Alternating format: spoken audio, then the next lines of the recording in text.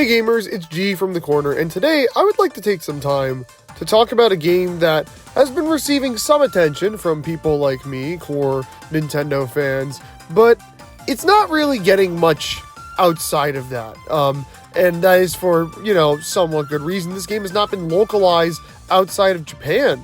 Alright, and of course I am talking about what will no doubt become a hidden gem of the Switch library in a few years, the soon-to-be cult classic Mameda no Bakeru, which released last year and was developed by Goodfeel, a team that you might know as being the people who brought you Yoshi's Woolly World, Kirby's Epic Yarn, and the recently released Princess Peach Showtime. Yeah, they made their own game outside of Nintendo's IP house. I mean, they're not owned by Nintendo, so obviously they can do this, and they have done this before, but this is easily their biggest effort out of any of their non-Nintendo offerings. I remember the game was teased almost 5 years ago in interviews where some of the lead designers were showing around concept art that resembled, a very Japanese 3D platformer, similar to the Goemon series. I've not played any of the games in the series, but a lot of people have been able to spot the similarities. There's even some people from the team. I think the lead director has not directed a game since one of the Goemons from the late 90s. So that's a pretty exciting thing. I never played any of the Goemons, but I've always heard good things about them. And I was intrigued by this game ever since I heard about it. But, okay, whatever, I'll just wait for a localization. And it's been about 6 months since the game launched.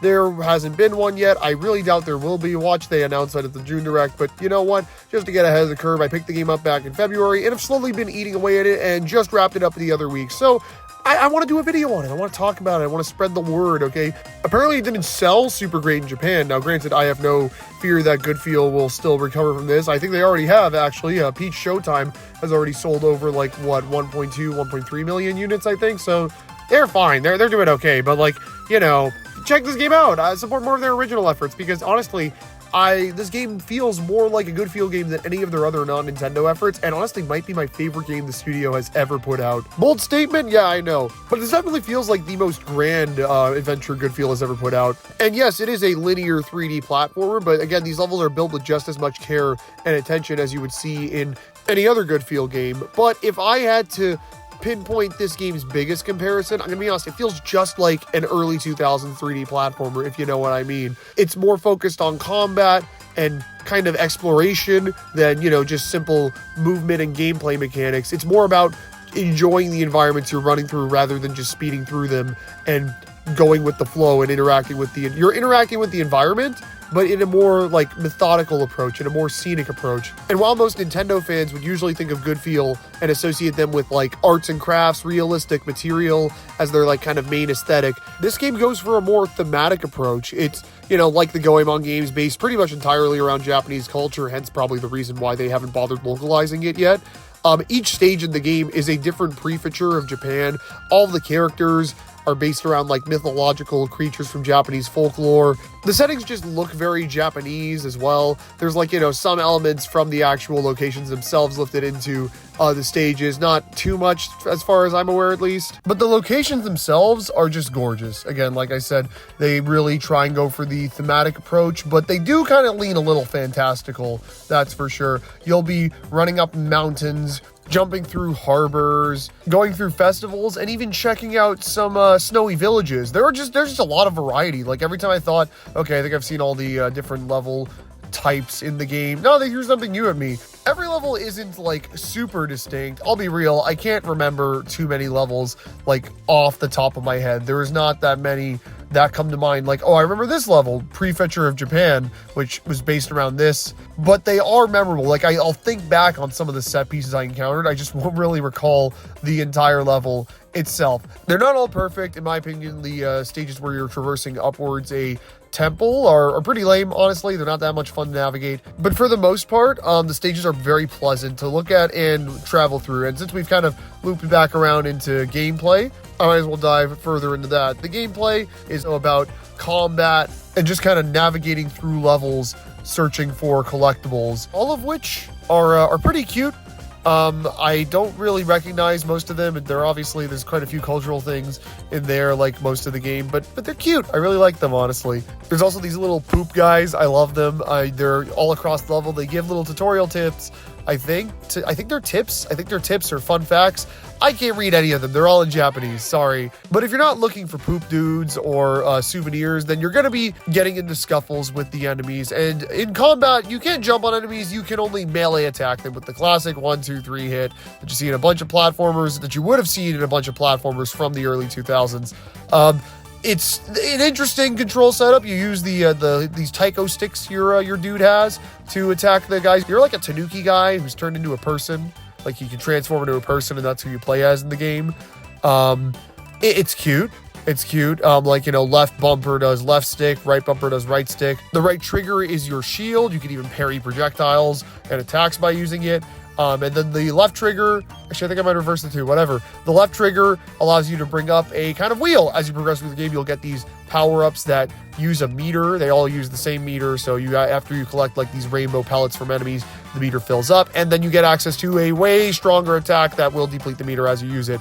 You can either play as this guy with big hands, basically a heavy hitter, this guy who rolls around and shoots people with guns. It's very broken. One where you walk, but you have dual fishing rods that you kind of swing at people. This one allows you to clear areas super easily. And the first one you get this little tiny ability. It's not used for combat or anything. It just lets you get small and go into little nooks and crannies, and you kind of might have to run through areas where, hey, you can't attack enemies. So, it plays with size a little bit. I found all 4 of them useful, I'll be honest. The fishing rod one is good for clearing out a lot of enemies. The gun one is good for just trying to attack a fast target. And the heavy one is good for boss fights. I just kind of use that whenever I want to wail on a boss and defeat them in seconds.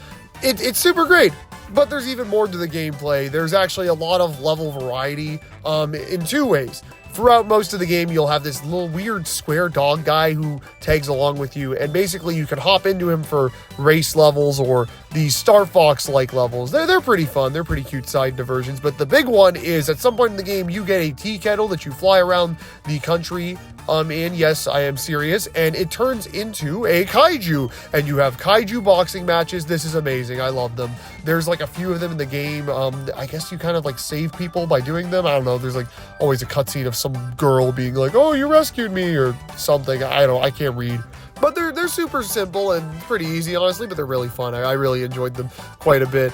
Honestly, more than the bosses themselves, simply because the bosses themselves, there weren't too many of them, and they were all just to get the power-ups, and then the final boss, which kind of came out of nowhere. Oh, and also, I guess the fake final boss who like shows up throughout most of the game, who isn't the real villain, but whatever. It doesn't really matter that much. I guess on the topic of like other things, plot, I really couldn't follow any of it, man. I don't know what to tell you is going on in this game. He plays a tanuki. There's like a little teacup girl, boy, whatever, who's running around and like, oh, you help them. I'm pretty sure they're it's all probably folklore mixed in with cute characters. If I knew what was going on, I'd be like, it's a cute story that gets the job done.